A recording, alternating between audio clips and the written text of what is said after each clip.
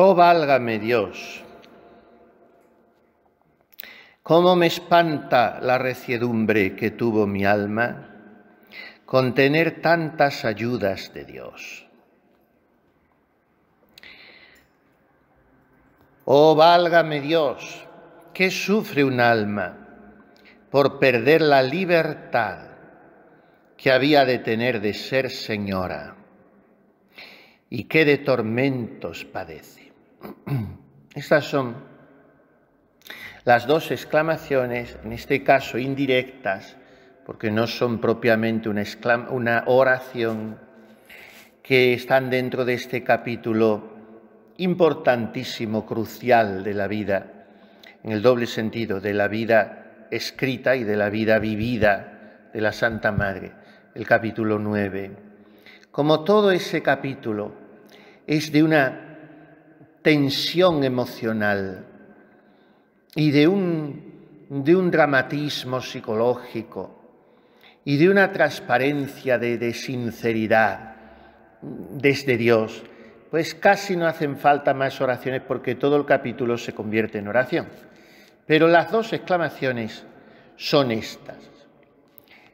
Lamentarse la Santa Madre de su dureza de corazón y de su falta de libertad. Dos de las peores cosas que pueden darse en la vida espiritual.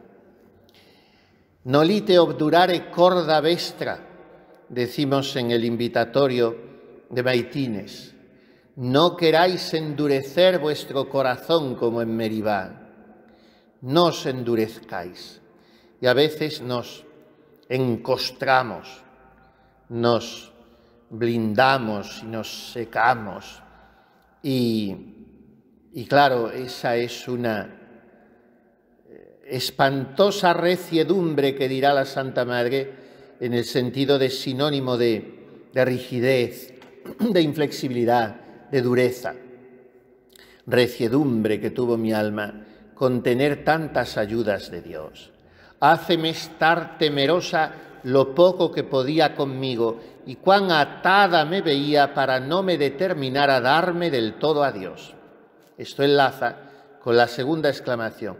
Tiene en medio un pequeño párrafo y después vuelve a decir: oh, que sufre un alma, válgame Dios, por perder la libertad que había de tener de ser señora, y qué de tormentos padece.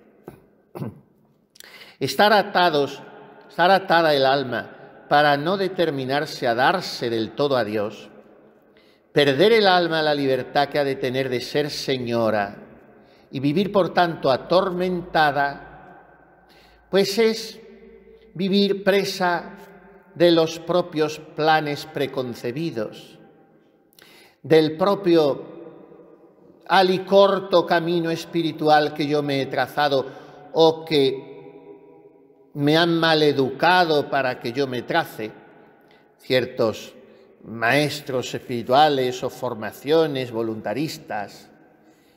Y estar atada el alma y no ser señora y no tener libertad es vivir demasiado pendiente del juicio de las criaturas, es tener asimientillos de un ganado que no acaba de perder, de un gusto, de una comodidad, de un criterio, de un punto de vista, de un oficio, yo qué sé. Es no poder decir el alma, en la interior bodega de mi amado bebí, y cuando salía por toda aquesta vega ya cosa no sabía, y el ganado perdí que antes seguía. No perder ese ganado de antes, los gustos de antes, los atamientos de antes, las inclinaciones. No perder eso es estar atada y estar cansada. Y así podemos recordar también los 5 males que causan en el alma los apetitos según el Santo Padre. Cansan, atormentan, ensucian, oscurecen y enflaquecen. Lo primero que hacen los ganados que tenemos que apacentar terminando nosotros mismos por comer las algarrobas de los cerdos, como el hijo pródigo, lo primero que hacen es cansarnos. Hoy la mayoría de la gente vive cansada. Las almas están agotadas. ¿Por qué dice la Santa Madre? No, el santo, en un dicho de luz y amor. Oh dulcísimo amor de Dios, mal conocido, el que halló sus venas, descansó. Las venas, ya saben que son los afluentillos, los arroicos que salen de un río, de un torrente, las venas por donde yo puedo arrimarme a la roca y beber, porque hay una vena de agua fresca y de agua pura. Pues el que halló sus venas descansó. Pero el que no halla las venas, pues es como la cierva que busca corrientes de agua y va desalada de mañanita a buscar a beber en verano y no encuentra nada, está en un desierto abrasado, en un erial reseco, pues se muere. Ayer repasábamos en uno de estos viajes un motete antiguo que decía: no puedo, Jesús mío, sin ti vivir, cual flor que sin rocío se va a morir, se morirá mi alma lejos de ti. ¿Por qué necesitamos eso? El agua, si no se bebe mucho, entre otras cosas, se engorda y también se sobrevienen enfados y cosas. Hay que beber y en fin, de vez en cuando humedecerse la garganta. Total, que el agua, dice la Santa Madre en el Camino de Perfección, ¿qué sería del mundo si no hubiese agua para lavar? Hace falta. Y si no estamos resecos, como dice el Salmo, estoy como tierra reseca, agostada, sin agua, por eso madrugo por ti, Dios mío, para contemplar tu fuerza y tu gloria. Al despertar me saciaré de tu semblante. En las frescas mañanas escogidas es cuando caen sobre las flores, no caen, sino que se forman por un vapor frío que se condensa, las gotitas de rocío, y todo eso pues hace que la naturaleza siga sonriendo porque recibe ese riego y la lluvia es necesaria, en fin. Si no, estamos agotados y agostados, que es palabra que viene de agosto, pues como está el campo en agosto, como un sequedal, pues el alma está fatigada, está cansada. Es lo que dice de sí misma la Santa Madre. Ya es un capítulo muy conmovedor, muy enternecedor y es muy difícil no leerlo, todo lo de la Santa Madre, pero este capítulo 9 es especial. Es muy difícil pasar por él sin sentir una empatía muy amigable con Teresa, porque nos hace compadecer con ella, sufrir con ella y sentir con ella un impulso de levantarnos. Andaba ya mi alma cansada y aunque quería, no le dejaban descansar las ruines costumbres que tenía. Estos son los ganadillos, los asimientillos, que dice el Santo Padre poniendo un diminutivo muy suave, pero al fin tanto da que el ave esté asida por un hilo grueso como por uno delgado. El caso es que no volará. Y tanto me puede detener a Dios, en ir a Dios, una costumbre aparatosamente pecaminosa, como un apego mantenido y hasta a veces voluntariamente fomentado, porque yo soy así, porque es mi carácter, incluso porque esto me ayuda a mí a santificarme, porque no me entienden. Entonces ya la maraña diabólica es muy difícil desenredarla, porque como dice Edith Stein, si un alma no quiere estar en la verdad, no te canses en ponerla. Pues el cansancio, la fatiga. Eso nos lo producen las ruines costumbres que tenía. Y pueden tenerse en un convento también, costumbres ruines. Dar rienda suelta a la imaginación, fantasear, no digo con cosas malas, pero eso, dedicarme a volar por un mundo de ilusiones extrañas, no vivir en la realidad y por lo tanto no darme cuenta de las necesidades de las otras o de las mías propias espirituales. Una común costumbre de hablar mucho, dice el Santo Padre, que escribe para las almas espirituales. La santa y el santo no escriben para la gente que va por la calle. Otra cosa es que luego los que estamos en la calle, todo nos venga bien, los del santo y la... Pero ellos escriben para las monjas. Bueno, la llama de amor viva para una señora espiritual, doña Ana de Peñalosa, pero era una señora de una oración extraordinaria. La vida, bien, la vida a la Santa Madre se la dirige al padre Fray García de Toledo, otros dicen que también al padre Báñez, en fin. Pero ella sabe que la van a leer las monjas, claro, como es natural, y tenía siempre mucho cuidado con sus libros. La Santa Madre, eso me admira mucho, ¿eh? Sin archivos de ordenadores, ni pinchos, ni bolígrafos, ni nada. Iba a las fundaciones.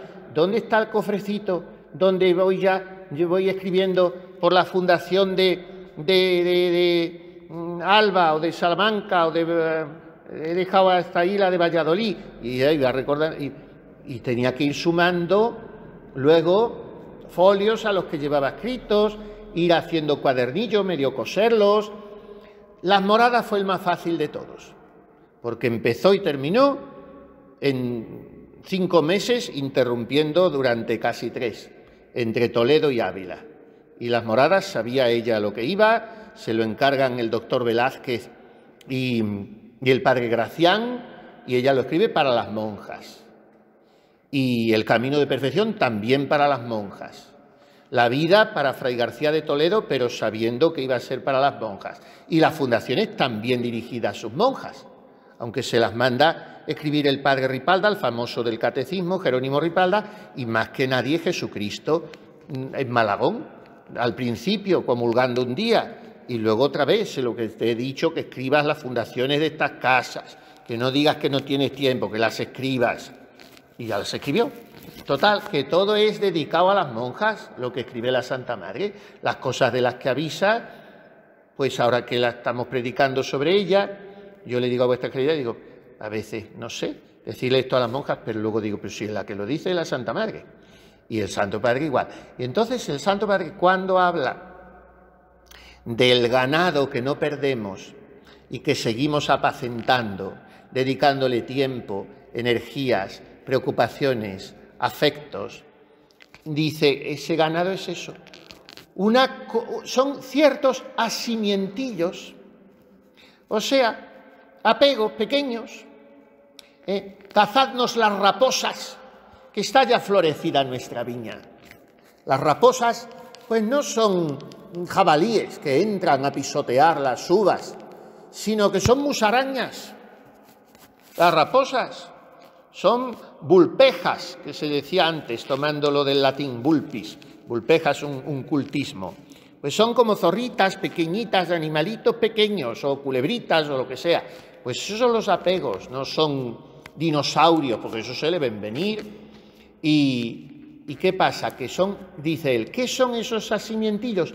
Como una común costumbre de hablar mucho, de saber cosas. O sea que ahí tenemos los dos principales apegos. Y casi siempre se reducen a eso, los demás.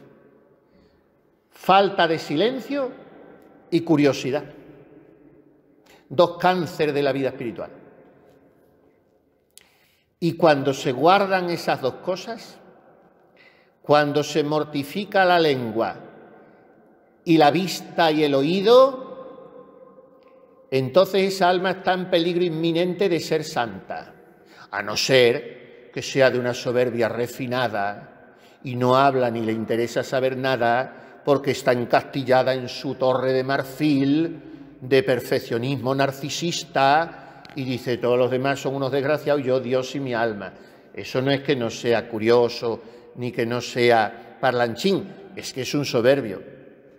Pero un alma que se conduce con naturalidad y que, en fin, tiene fallos explicables, pero no está pendiente ni de hablar constantemente, ni de saber todo, y mejor si no se entera de las cosas. Eso para un alma contemplativa es un trampolín a la santidad, porque es un trampolín a la contemplación. Sin eso no hay contemplación, naturalmente. Y esos son los asimientillos, dice el Santo Padre.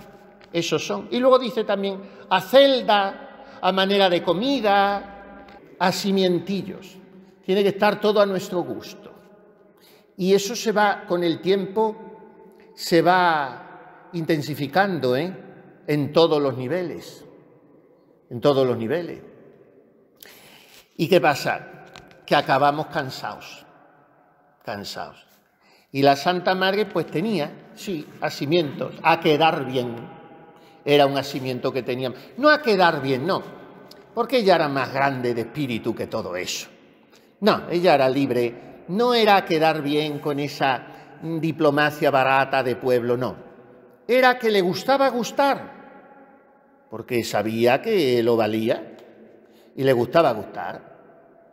Y hasta que no se liberó de aquello, pues no empezó a ir a Dios, porque le gustaba también gustar a Dios y tener a Dios y hacer oración y hacer penitencia, que la hacía, y ser muy buena monja, que lo era, porque es que la Santa Madre era muy buena monja. ¿Qué es la cuestión? Que cuando leemos esto, si le hacemos caso a ella, parece que... Pero no, porque como ella es sincera, va diciendo también. Pero era amiga de soledad, era amiga de leer buenos libros, me venían muchas veces lágrimas por mis pecados, no hablaba mal de ninguna, hacía las caridades que podía. Era muy buena monja. La casa donde yo estaba había muchas siervas de Dios, no le voy a echar la culpa a mi convento, siempre disculpando todo. O sea, que era muy buena monja, como la inmensísima mayoría de las monjas lo son. Buenas monjas, pero no santas. Eso no. Eso ya le daba miedo. Esa es la cuestión. Que le daba miedo. Porque claro, hay que dejar cosas. Y entonces andaba mi alma cansada. Cansada. Y bien, cansada por las ruines costumbres. Esto ha venido por lo de las ruines costumbres. Porque las ruines costumbres son asimientos. No le dejaban descansar a la Santa Madre, las ruines costumbres. Y entonces viene la irrupción de Dios. Siempre hay alguna irrupción de Dios. De la manera que Él quiera, con el episodio que Él prepara a su gusto y antojos, es Dios y hace las cosas a lo Dios. Y a cada uno nos busca de una manera. Lo que pasa es que la mayoría de las veces o no queremos enterarnos de que es Él, o no le dejamos entrar, o le abrimos la puerta a la mitad. Mañana le abriremos, respondía, para lo mismo responder mañana. Pero la Santa Madre no. El secreto de la Santa Madre fue que dijo, basta, hasta aquí, se acabó, ya no puedo más. Es que no podía, ya no puedo más. Y llega a la encarnación de Ávila, las cosas de Dios, las diosidencias, y llega a aquella imagen de Cristo muy llagado. Era un crucifijo, era un Señor a la columna, era un echehomo, como nos gusta pensar que era, un echehomo, era Cristo muy llagado. Y tan devota, que mirándola toda me turbó de verle tal, porque representaba bien lo que pasó por nosotros. Fue tanto lo que sentí de lo mal que había agradecido aquellas llagas, que el corazón me parece se me partía. Y arrojóme cabe él con grandísimo derramamiento de lágrimas, suplicándole me fortaleciese ya de una vez para no ofenderle. Hay aquí varias reacciones psicológicas. Primero, atención. Atención. ¿Cuántas cosas nos perdemos por no estar en lo que hay que estar. Aye codallis, haz lo que haces. Si estás en el coro, pon tus 5 sentidos allí.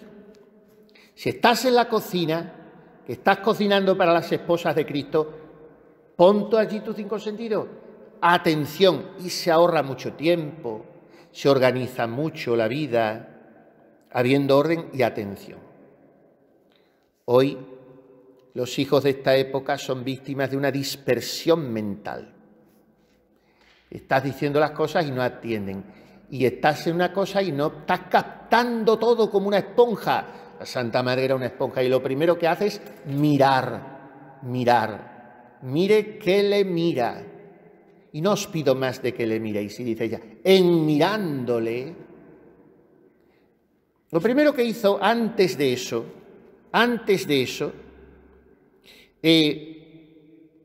yo creo, parece ser, que ella rodeó las cosas de manera que pidió, o sin pedirlo, obtuvo con algunos ardides femeninos que aquella imagen que había ido al monasterio se guardase en su oratorio de su celda. Eso fue lo primero que hizo. O sea, se puso a tiro. Llevó allí la imagen porque era muy sensible a la belleza de las imágenes, porque era profundamente antiluterana, porque era profundamente católica. Llevó la imagen o la hizo llevar a su oratorio. Punto 1.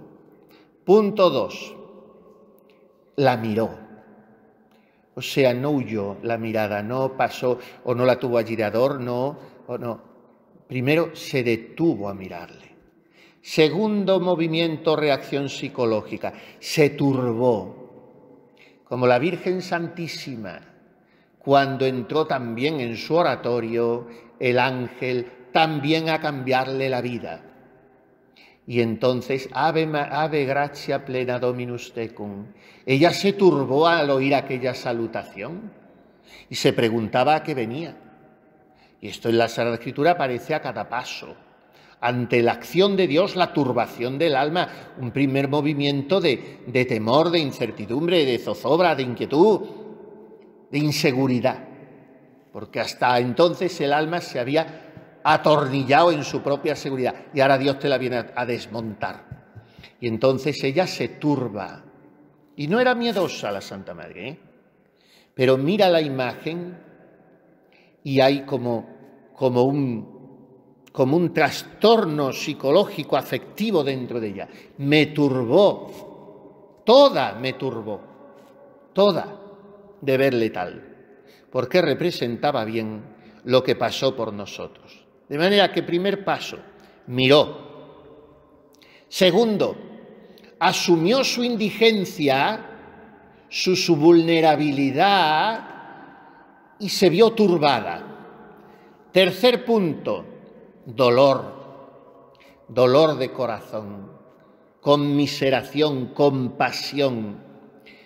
Fue tanto lo que sentí de lo mal que había agradecido aquellas llagas, que el corazón, me parece, se me partía. Cuarto paso, humillación. Arrojéme, cabe él, con grandísimo derramamiento de lágrimas. Quinto, determinada determinación. Súplica confiada, en alas de la esperanza contrita y humillada. Suplicándole me fortaleciese ya de una vez para no ofenderle. Mirar, turbarse, en el sentido sobrenatural, conmoverse, podemos decir. Mirar, temblar, dolerse de lo mal que hemos agradecido esas llagas. Humillarse, arrojarse ante él con grandísimo derramamiento de lágrimas. Y determinarse, suplicándole, me fortaleciese ya de una vez para no ofenderle. Pues estos son los pasos. Atender, mirar, Mirad, conmoverse, no lite obdurare corda vestra, no endurezcáis el corazón, conmoverse. Me turbé toda de verle tal. Tercero, dolerse, sentir lo mal que hemos agradecido esas llagas, de manera que sintamos que se nos parte el corazón. Cuarto, humillarse, arrojéme cabe él con grandísimo derramamiento de lágrimas. Quinto, determinarse, suplicarle que me fortalezca para no ofenderle. Y dice ella, si yo llevaba muchos años pensando en la Magdalena, me decía no hace mucho una monja mayor, padre, yo entré en el convento deseando ser la Magdalena y me veo tan imperfecta. Yo le dije, pero mire, ha estado siempre a los pies de Jesús. Bueno, total, que la Santa Madre quería eso. Todas las almas contemplativas se han identificado mucho con la Magdalena, a los pies de Jesús. Y ella lloraba viéndose como la Magdalena a los pies de Jesús, pero dice, presto se me olvidaba aquel sentimiento. Pero seguía encomendándose a esa gloriosa santa. Dice, pero esta vez que digo, fue distinto a todo. ¿Por qué fue distinto a tantas veces que yo había estado como la Magdalena, había hecho propósitos, pero seguía más o menos igual? ¿Por qué esta vez fue distinto? Y da el secreto.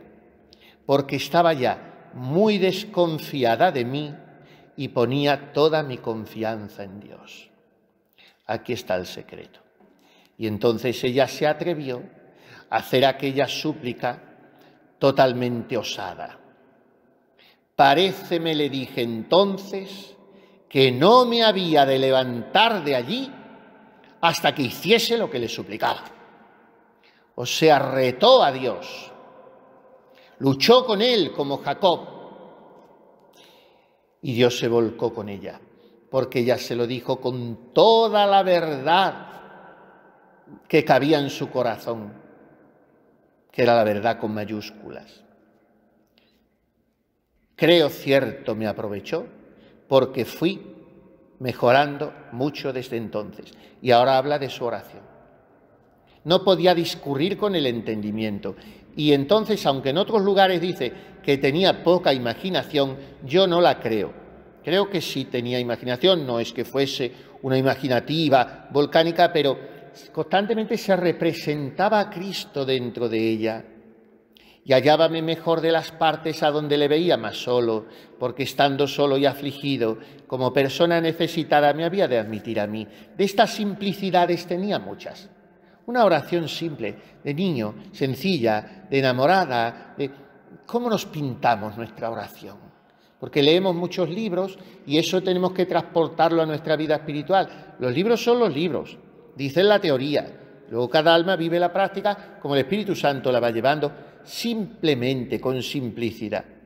Y ella se iba al huerto, deseaba limpiar el sudor del rostro del Señor, pero no se atrevía nunca. Dice, jamás osaba determinarme a hacerlo, ni siquiera el papel de Verónica se sentía digna de ejecutar, porque decía, como veía mis pecados tan graves. Y luego por las noches pensaba siempre antes de dormir en la oración del huerto.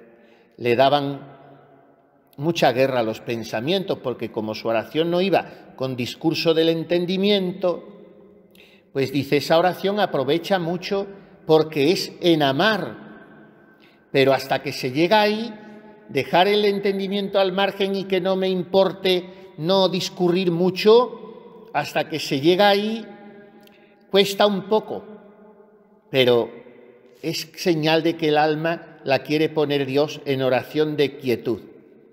Y además hasta que se llega ahí, como el entendimiento es un moledor, dirá en otro lugar, y nos da mucha lata y muchas distracciones y vuelve, hay que llevar un libro para recogerse.